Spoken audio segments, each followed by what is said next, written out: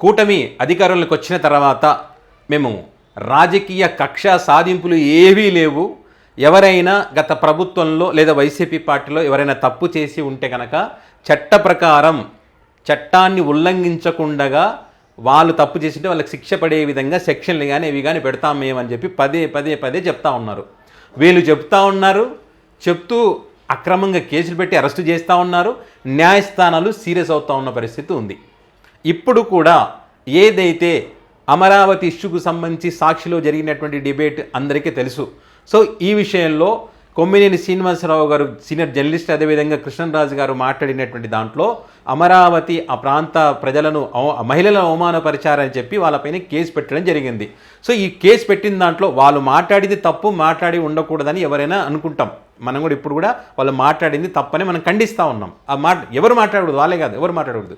అట్లంటే గతంలో చాలామంది చాలా రకాలుగా మాట్లాడారు. మీ అందరికీ తెలిసి ఇప్పటికీ కూడా గుర్తుండిపోయేటువంటి డైలాగ్ ఏంటి, సినిమా ఇండస్ట్రీలో లా మూలు లే రా, తెలుసు కదా అందరికీ. నేను దానికి పూర్తిగా చెప్పలేను. ఇంకా మన టీవీ ఫైవ్లో సాంబశివరావు గారు చెప్పినటువంటి డైలాగు, అప్పుడు ఎవరి మనోభావాలు దెబ్బతినలేదు, అప్పుడు ఎవరు కూడా వచ్చి ధర్నాలు చేయలేదు, అప్పుడు ఆడవాళ్ళకి సంబంధించి గౌరవం కూడా దెబ్బతినలేదు. ఎందుకంటే అప్పుడు వాళ్ళ అధికారులు ఉన్నారు, వాళ్ళు ఏం చెప్పినా నడుస్తుంది. వాళ్ళు ఏ బూతులు తిట్టినా ఇవి వేదాలుగానే చూడాలి, మనం దాన్ని ఏమనకూడదు అనమాట. ఇప్పుడు వాళ్ళు ఏం చేస్తారంటే ఆ రకంగా తిడతారు, మళ్ళీ దయ్యాలు వేదాలు వల్లించినట్టు ఇప్పుడు డిబేట్లు పెడతారనమాట. ఆత్మగౌరవం పాడు చేశారు, ఇది చేశారు, అది చేశారని డైలాగులు చెప్తారు, మనం వినాలి.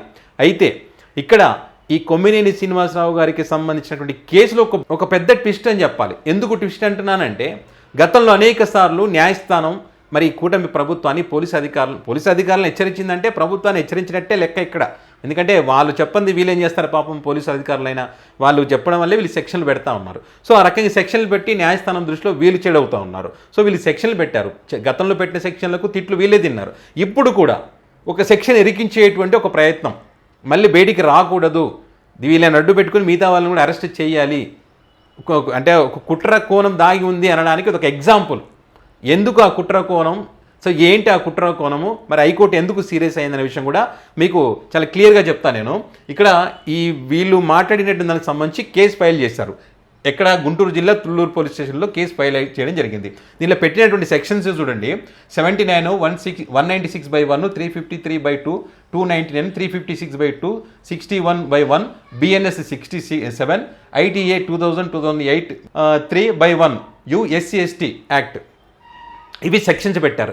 ఇక్కడ ఒక కుట్ర కోణం ఉందనే సెక్షన్స్ ఏంటంటే 356/2 SC/ST యాక్ట్. ఇప్పుడు న్యాయస్థానం కూడా సీరియస్ అయింది ఎస్పీ గారి మీద, డిఎస్పీ గారి మీద. ఎందుకు ఎన్నిసార్లు చెప్పినా మీరు మారనా, ఎందుకు పెట్టారు సెక్షన్ అని చెప్పి. ఈ కేసుకు SC/STకి సంబంధమే లేదు, కానీ ఎందుకు పెట్టారో తెలిసేది. SC/ST యాక్ట్ పెట్టడం వల్ల అంటే కుట్ర కోణం తెలుస్తుంది చూడండి. ఇక్కడ మిగతా కేసులకు సంబంధించి ఎవరైనా ఇప్పుడు వాళ్ళ తరఫున, ఇప్పుడు మనం ఫర్ ఎగ్జాంపుల్ నేను ఒక కేసు వేస్తాను, నేను కేసు వేసినప్పుడు నా తరఫున వాదన వినిపించడానికి అక్కడ న్యాయవాది కోర్టులో ఉంటారు, ఆయన వినిపించవచ్చు నా తరఫున వాదనలు. కానీ SC/ST యాక్ట్ అన్నప్పుడు ఖచ్చితంగా వాళ్ళ వాదనలను కూడా వినాలని ఒక రూల్ ఉందంట. వాళ్ళ వాదనలు, వాళ్ళ బాధలు వాళ్ళు వచ్చి చెప్పుకుంటారంట అక్కడ. సో మిగతా వాటికి దీనికి ఉన్నట్టు డిఫరెన్స్ ఇది. సో అలాంటప్పుడు ఈ కేసు వాదనలు వినాలి కాబట్టి అది ఏమవుతుందంటే పొడిగిస్తూ ఉంటారనమాట. టైం పడుతుంది, ఇంకా ఎక్కువ రోజులు జైల్లో ఉంచాలి, ఎక్కువ రోజులు జైల్లో ఉంచి బెయిల్ రాకుండా చేయాలి, మా ప్రతాపం ఏదో చూపించాలి అన్నదే ఇక్కడ చాలా క్లియర్గా కనిపిస్తూ ఉంది. న్యాయస్థానమే చెప్తా ఉంది అసలు ఎందుకు పెట్టారా ఈ సెక్షన్, న్యాయస్థానమే చెప్తా ఉంది. గతంలో కూడా ఇదే రకంగా BNS 311 సెక్షన్ పెట్టారు. గతంలో కూడా పోసాని కృష్ణమురళి గారికి సంబంధించి కూడా ఇదే రకంగా సెక్షన్ తీసిపడేసింది న్యాయస్థానం, ఎందుకు పెట్టారు ఈ సెక్షన్ అని చెప్పి. అవసరం లేదు సెక్షన్, అప్పుడు ఎప్పుడో 5 ఏళ్ల క్రితం మాట్లాడితే BNS సెక్షన్లు మొన్నొస్తే దానికి ఏం సంబంధం లేదు, ఆ సెక్షన్లు పెట్టేసి అంటే ఇక్కడ ఏంది ఎక్కువ రోజులు లోపల ఉంచాలి, బయటికి రానివ్వకూడదు, ఇది ఒక టార్గెట్గా పెట్టుకున్నారనేటువంటి ఇక్కడ చాలా క్లియరు. ఈరోజు 356/2 సెక్షన్ ఏదైతే పెట్టారో దాన్ని న్యాయస్థానం సీరియస్ అనేటువంటి క్రమంలో అది బట్టబయలెత్తుకుని చాలా క్లియర్గా అర్థమైంది కదా. మరి న్యాయస్థానం కూడా పసిగట్టింది వీళ్ళు ఏం చేయదలుచుకున్నారు, ఎందుకు పెట్టారని చెప్పి. చట్టాన్ని తమ చేతుల్లోకి తీసుకోము, చట్ట పరిధిలోనే పని చేస్తామన్నప్పుడు చట్టాన్ని ఉల్లంఘిస్తూ అసలు కేసులకు సంబంధం లేని, అది చేసిన పనికి సంబంధం లేని, దానికి సంబంధం లేని సెక్షన్స్ పెట్టి ఏం చేయాలనుకున్నారు, న్యాయ వ్యవస్థని బదనాం చేయాలనుకున్నారు, న్యాయ వ్యవస్థనే నాశనం చేయాలనుకున్నారు. న్యాయ వ్యవస్థనే తప్పు పట్టేటువంటి పరిస్థితికి, అంటే న్యాయ వ్యవస్థనే తప్పుదోవ పట్టించేటువంటి పరిస్థితికి వీళ్ళు తీసుకొచ్చారు ఈరోజు. నిజంగా తప్పు చేసి ఉంటే ఆ ఆధారాలు చూపెట్టండి. ఇగో ఈయన మాట్లాడాడు, ఈ కొమ్మినేని శ్రీనివాసరావు దీనికి అర్హుడు, తప్పు, ప్రోత్సహించాడు, ఈ రకంగా ప్రోత్సహించాడు, దానికి సంబంధించిన డేటా ఉంటుంది కదా డిబేట్లు నడిచినప్పుడు, ఆ డేటా ఆ న్యాయమూర్తి ముందర పెట్టండి. సార్ ఇగో ఈసారి ఈ రకంగా మాట్లాడు, ఈ రకంగా వీళ్ళకి అవమానం జరిగింది అని చెప్పి పెట్టండి. పెట్టి దాంతోపాటు మిగతా ఛానల్స్లు కూడా ఉన్నాయి సార్ ఆంధ్రప్రదేశ్లో, మరి 2 తెలుగు రాష్ట్రాల్లో ప్రక్షాళన చేస్తున్నాం. మొదట ఈ ఛానల్తో ప్రారంభమవుతుంది. మిగతా ఛానల్స్ కూడా కొన్ని ఉన్నాయి. అందులో కూడా సినిమా ఇండస్ట్రీకి సంబంధించి లాముండలు లేరా అని చెప్పి అన్న ఛానల్ కూడా ఉంది సార్. దానికి సంబంధించి కూడా డేటా మా దగ్గర ఉంది. ఇట్లా ఎవరెవరిని ఏ రకంగా కించపరిచారో, ఆడవాళ్ళకి సంబంధించి ఏ రకంగా మాట్లాడారో, ఈ కడప రాయలసీమ ప్రాంతాన్ని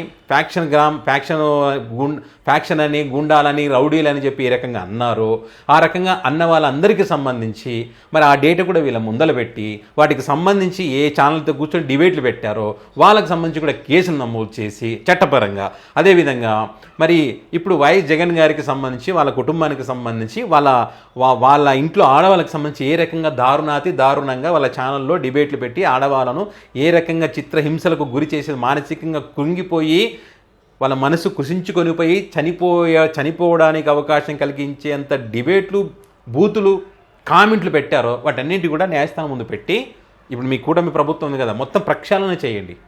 చేయగలరా? చేయలేరు. ఎందుకంటే ఇప్పుడు ఏదో అమరావతి మహిళల మీద వీళ్ళకి ఏమైనా గౌరవం ఉందనా?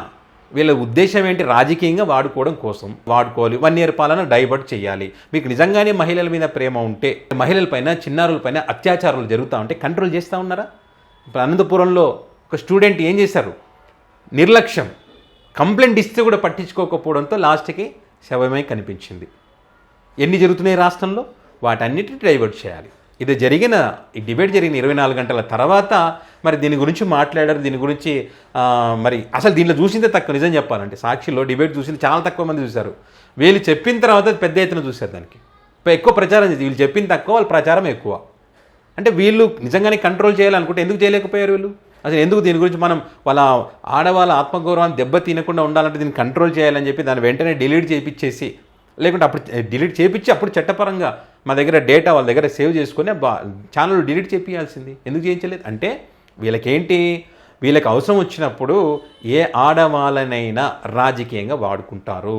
ఇప్పుడు ఈ అమరావతి మహిళలు వీళ్ళందరూ కూడా మా మహిళలు, మా ఆత్మగౌరవం అని చెప్పి వీళ్ళు చెప్పుకుంటారు. అటు వేరే కుటుంబాల నుంచి వాళ్ళ 4 గదుల్లో జరిగినటువంటి రహస్యాలకు సంబంధించి 2వ గదిలో ఇది జరిగింది, 3వ గదిలో అది జరిగిందని చెప్పి దాన్ని తీసుకొచ్చి మనము డిబేట్లు పెట్టి, బూతులు తిట్టి, ఏం చేయాలో అది చేసి వాళ్ళ బతుకును బజారుకి ఇచ్చి మనం ఎంతైనా చేస్తాం. అప్పుడు మనకు ఆడవాళ్ళ ఆత్మగౌరవాలు అప్పుడు మనకి గుర్తుకు రావు. అప్పుడు మనం ఏం చెప్పినా వేదం, బూతులు తిట్టినా ఏం తిట్టినా వేదంలాగా కనిపిస్తుంది అనమాట. అట్లా నడుస్తుంది అనమాట. కూటమి ప్రభుత్వం ఆ రకంగా నడిపిస్తూ ఉన్నారు. మరి సంబంధం లేని సెక్షన్స్ తీసుకొచ్చాడు పెట్టి మరి న్యాయస్థానం సీరియస్ అయ్యేటువంటి పరిస్థితి ఎక్కడ ఉంది? మరి నిజంగా తప్పు చేస్తే ఆ సెక్షన్స్ పెట్టడం ఎందుకు?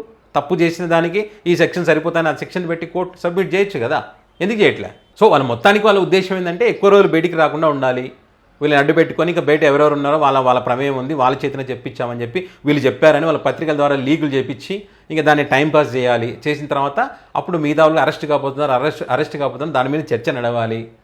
కొన్ని రోజులు టైంపాస్, అది వాళ్ళకి కావాల్సింది.